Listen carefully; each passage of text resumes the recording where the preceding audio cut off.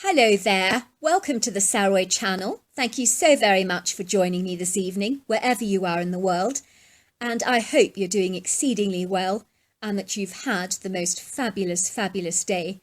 We've got a lovely story for you tonight that you're really going to love, so don't forget to get that lovely hot cup of cocoa or that warm cup of tea because you're really going to enjoy tonight's story.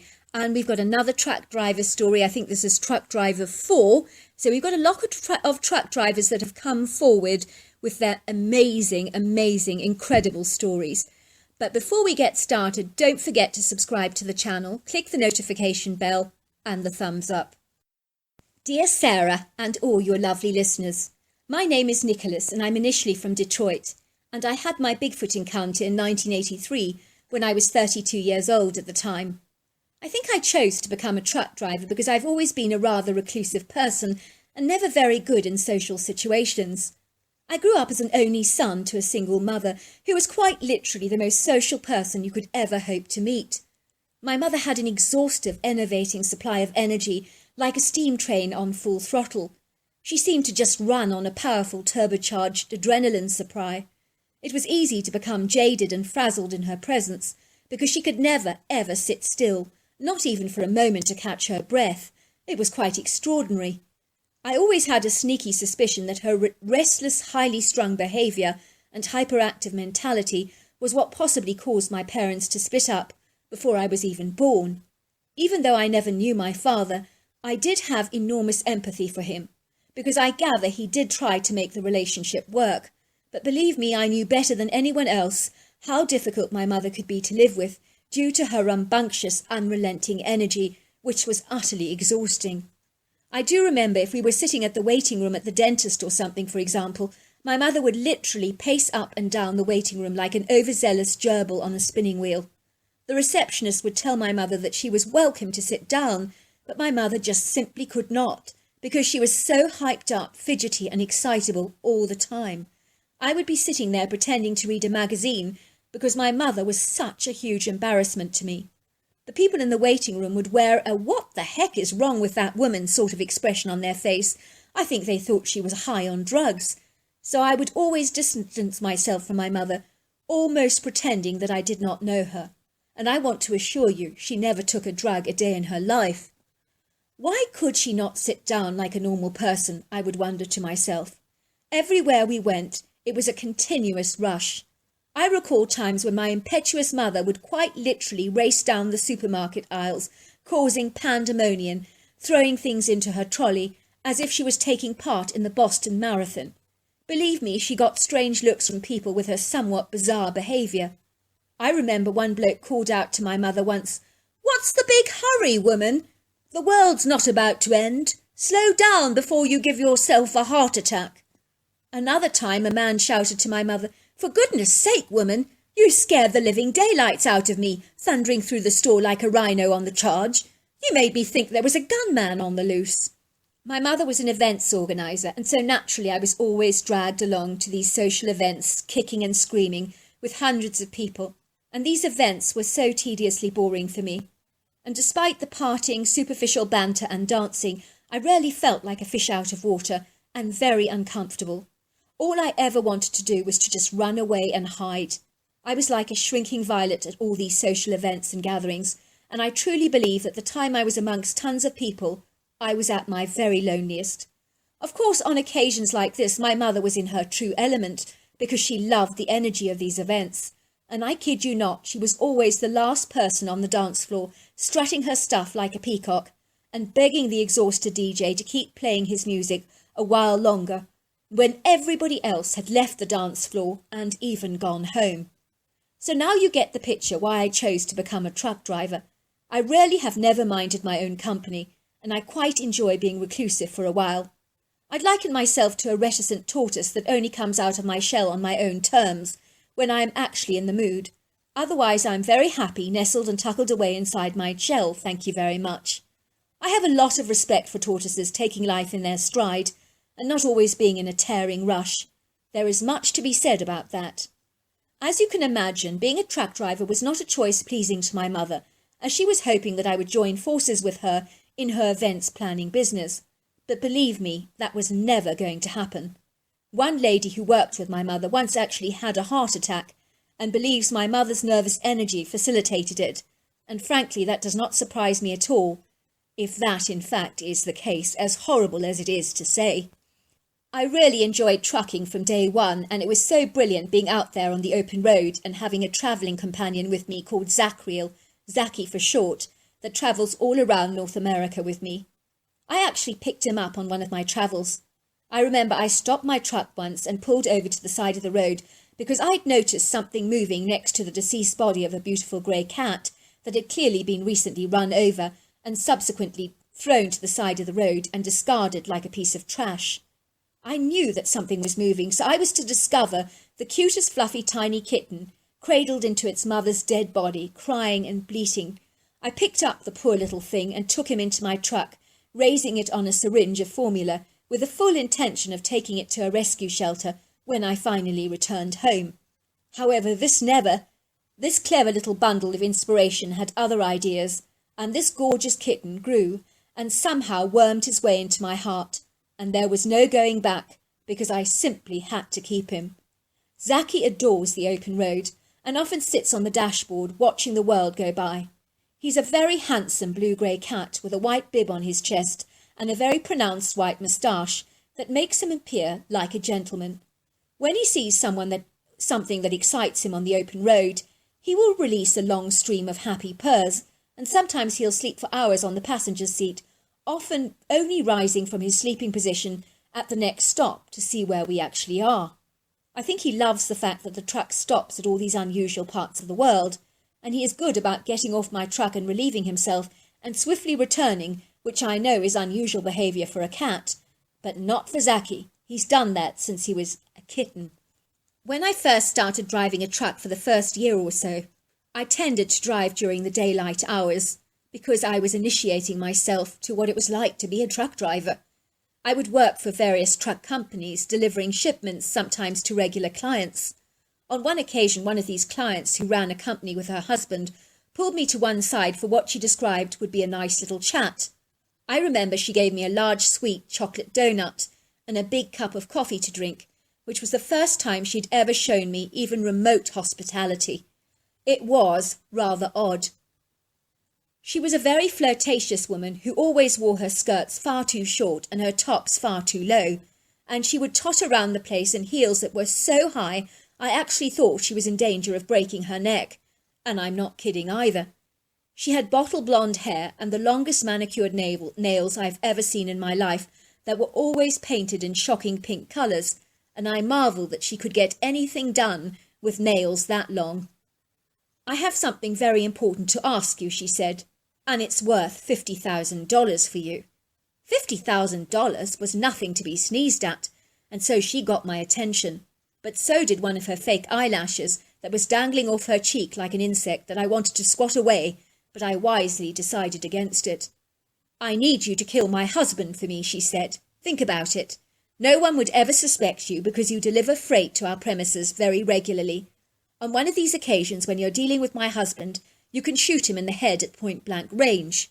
No one would ever doubt you, and I'll make sure I'm not around on that day so the police won't suspect me either, and it'll simply appear to have been a random shooting. I'll make out that a substantial amount of money was robbed from the safe, and that will be the motive for the crime." I looked at the woman in absolute horror. Could she really be this cold-blooded and practical at the same time, and talk about murdering her husband as effortlessly as she would discuss the next nail-polish colour she wanted to buy? "You are joking, right?" I said. "You are pulling my leg." The woman looked at me intently. "I'm not joking," she said. "I'll give you $60,000 then if you do it. I'll give up another $10,000 now. I think I'm being more than generous." "Why do you want him dead?" I asked. "Is he beating you up or something?" "No, I have a sizable life insurance policy out on him," she laughed. "We're quite literally talking about a life-changing amount of money. It's nothing to be sneezed at, believe me. And you're also benefiting. Don't forget that in a month of Sundays." I looked at the woman aghast. "You want me to kill your husband just for money?" I asked.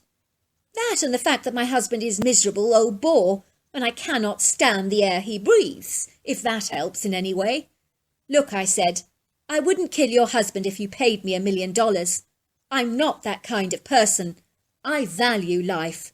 I warn you, I scolded. If I hear that anything untoward or suspicious has happened to your husband, I will be telling the police about this little conversation of ours. Do you understand?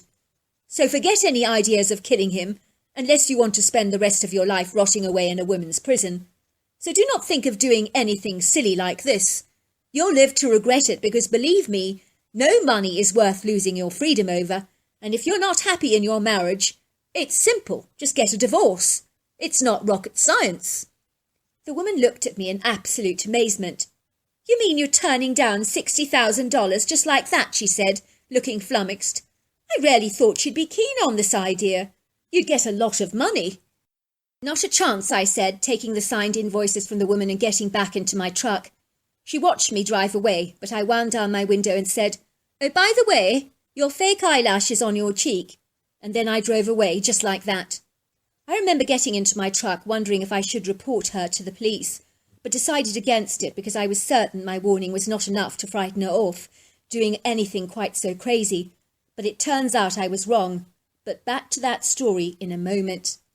One day I decided to start driving my truck at night because it had been a hellish brutal summer with unrelenting heat, and despite the air conditioning in my truck, I was getting fed up with driving in these tiring conditions, and so I decided to give nighttime driving my full attention, which is exactly what I invariably did. Driving at night was not without its setback, I promise you, as visibility is greatly reduced and services from dispatch are less reliable.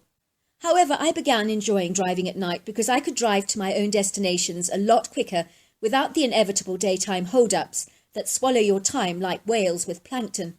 It was also cooler in the summer months, driving at night, which I tend to prefer. One night at about 4 a.m, to be precise, I saw this figure walking next to the guardrail. It was the statue of a svelte woman, dressed in what appeared to be 1800s clothes. I didn't know this at the time, but after I did research online, I discovered the dress fitted the 1800s time period almost perfectly. She appeared to be wearing this long flowing dark russet dress that fell above her ankles, and it appeared to have a very elegant high neckline and long sleeves. I remember thinking she was quite smartly attired, but what was she doing walking about at 4 o'clock in the morning? And being naturally protective towards women as I am, I pulled over to the side of the road to ensure that she was all right, because that's what a chivalrous gentleman would do. Lady, I said, it's not safe for you to be walking around this early in the morning when it's so dark outside. Can I drop you off to your home? For a moment the lady appeared to hesitate, and then reluctantly she stepped into the truck and sat reclined in the passenger seat next to me. I noticed she possessed a very graceful countenance, and her posture was impeccably straight. I also noticed that her appearance was rather unusual. It appeared that she had very long brown hair that had been braided on the sides, and she even had a braided bun and some deliberate areas of loose hair strands that fell back below her shoulders that were clearly part of the attractive hairstyle that looked like she would be something a bride would attempt on her wedding day, but not for an everyday occasion. So where am I taking you to? I asked. I'll show you the way, she said, indicating for me to drive straight ahead, which invariably I did. Do you mind me asking what you're doing outside so late at night? I asked. I'm looking for Muskie, she said, suddenly growing very alarmed. I cannot find Muskie anywhere. Sorry, you've got me, I said. Who is Muskie? Muskie, she said. Muskie is my little white dog. I cannot find him anywhere. What am I going to do? Suddenly the strange lady started to sob. I cannot find Muskie, she repeated. I've looked everywhere for him, she cried, sounding so distressed. Barker says he's run away from home and is never ever coming back. How could he say something so cruel and heartless? I grabbed a tissue for the woman and turned around to give it to her, but she was gone. Now remember, I'd been driving and had turned away for half a second, and in a flash of light, the woman had just vanished. That wasn't even physically possible. It had happened far too quickly. For a long moment I could not fathom what could have happened to her, because the lady sitting next to me had been as vividly real as you and I are. And I mean physically real. It wasn't like she was half there, or ghost-like in any way. But there was no conceivable way for her to just jump out of my truck, without me knowing about it. I realised in a moment of shocked revelation that this woman must have been a ghost. But how can something so physically real be a ghost? But what else could she have been? As I continued to drive a few yards down the road, I saw the strange woman walking on the side of the road all over again, and I was so rattled and freaked out. The anomalous woman turned around and waved at me with a warm smile on her face, and she was lifting up the little white poodle to show me that she had actually found little Muskie. I tell you, she freaked me out so much that I just hightailed it down that highway as fast as I could. I know she was a benign, friendly ghost, but the experience nevertheless freaked me out and was something I have never been able to fathom or understand, because she had to be a ghost. Of that I am certain. I had never believed in ghosts before, but if they were real, which they clearly are, I never imagined that they would appear as physically real as you or I are. It does leave me to ponder how many of us may have encountered ghosts among us without even knowing that they're actually ghosts. On one occasion at 12:15 at night, I noticed that there was this large figure standing in the middle of the road, and I realised at once it was a woman in a long fur coat, appearing to be bent over and examining something in the road, so I immediately got out of the truck to see whether she was all right. Imagine my amazement when she looked up at me, and I realised she was not a woman at all, but a creature covered from top to toe in long flowing auburn hair. She was standing over a smaller creature who was clearly her youngling, who was covered in hair, and he had big padded foot, but a massive piece of glass was literally lodged in his foot, and he was whimpering in agonising pain. This larger creature was trying to remove the glass from the little one's padded foot, but whenever she touched the corner of the glass, the little creature would slap her and let out a warning dog-like growl, because I imagine it hurt terribly much. At that moment I forgot that those creatures weren't human. I don't know why, but I just did, and immediately sprang into action. Maybe it's because I did work on a stint with the ambulance service for a while, and I just knew how to react in adverse situations. I quickly rushed to my truck and brought out a large bag of ice and my medical supply kit, and I bounded towards the hairy creatures in the middle of the road, very, very confidently, not worrying at all about my safety, because I didn't even think about it. I immediately took charge of the situation, and for some extraordinary, unexplained reason, the creature just permitted me to help them, which I'll never, ever understand why.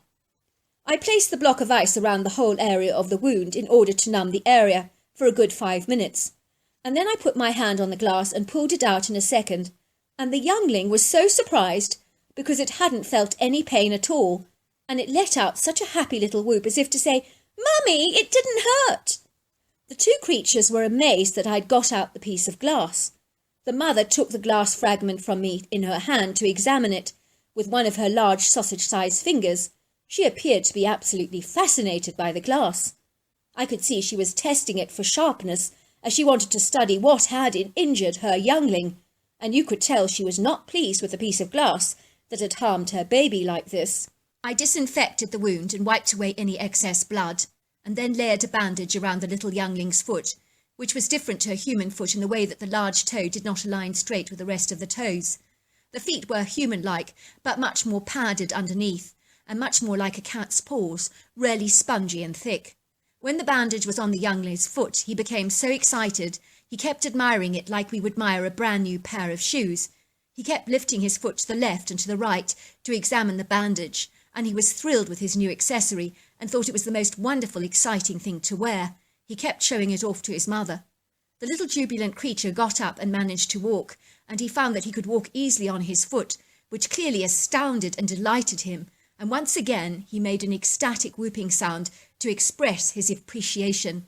I was surprised to see Zack, my cat, sitting on the opposite side of the road, watching everything transpire with a curious interest, and then he started to groom himself, which showed me that he was perfectly comfortable in this creature's presence, which was in itself quite amazing. For a second the two creatures stood on the side of the road, chattering excitedly backwards and forwards in a monkey language, and then they glanced briefly at me and chatted backwards and forwards again. I knew they were discussing me, and they sounded very excited. I really got the impression that they perceived me much like you would perceive an angel that comes to your rescue, helping in a critical moment in time. They really were looking on me as an angel. The Crichters looked at me, nodded as if to say thank you, and glided off the guardrail down the embankment to the vast area of forest below. When they moved, I was in utter awe, because they appeared to float with a seamless grace. I was mind-blown by those creatures. What on earth were they, I wondered in amazement. I'd never seen or heard of a creature like this before. At a guess, I'd say the large creature was about 8 foot tall, 600 pounds and 4 foot wide, while the youngling must have been about 4 foot. As I said, they were covered with long auburn hair that reminded me of a red fox, although the hair was human-like in its texture. These creatures were very human-like in form, only much, much larger than a human, and infinitely more muscular, with huge shoulders and overlong arms.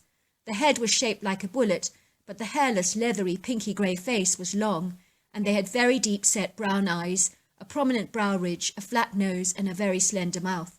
I could not be sure if the taller creature was female, as I had never noticed her breasts, but I am pretty sure she was, because she possessed a very maternal feminine energy. It did not even occur to me to be frightened of these creatures, because they were so gentle and serene, and so human-like that it was absolutely natural to help them, as I would have helped a fellow human being in trouble. I remember I discovered a great deal of broken glass on the highway, scattered all over the road, so I decided to pick it all up, because it invariably was going to cause another animal to get very badly hurt, or potentially puncture someone's tyre. Fast forward 2 months, and I was delivering some freight to the client who had asked me to murder her husband for $60,000. I never liked going back to that place after my experience with that woman. I was delivering freight to her at about 7 at night, and it was a pretty routine procedure as the client signed all the relative forms, and I was well on my way. It must have been 2 hours later when I saw this woman's husband, the one she'd asked me to murder for her, sitting on my passenger seat, larger than life. The only way I can describe him is that he looked like a very large hologram, and a lot less clear and vivid than the 1800s ghost that I'd once encountered on the road. I knew at once he was dead, that was clear to me, and that I was seeing his ghost. He was on my passenger seat for a couple of minutes, and then he was gone. I wasn't too afraid, because I had seen a ghost before. I had tried to communicate with him, but he was gone in a flash of light. I believe he revealed himself to me because he wanted me to report his suspicious death to the police. Even though it hadn't been confirmed he was dead, I knew he had to be, because I'd seen his ghost. Fast forward a few weeks, and that client of mine was placed in prison for life. I had to testify in court that she had asked me to murder her husband. I gather she got the postal worker to murder her husband, and if it wasn't for my testimony in court, she would have received a huge insurance payout. I believe her husband could not rest until she received her just deserts, and rightly so. I was to learn in about 2007 that the creatures that I encountered on the road all those years ago were Bigfoots, and I realised I was very privileged indeed to have such a spectacular encounter. I assure you that these creatures are real, and they are majestic, powerful, lofty, and very human-like. Well, I just want to say thank you so much for that amazing story. What an incredible story. We're getting so many stories from truck drivers out there on the open roads, experiencing supernatural encounters, and many of them actually getting to see Bigfoot. Until next time, goodbye and good night.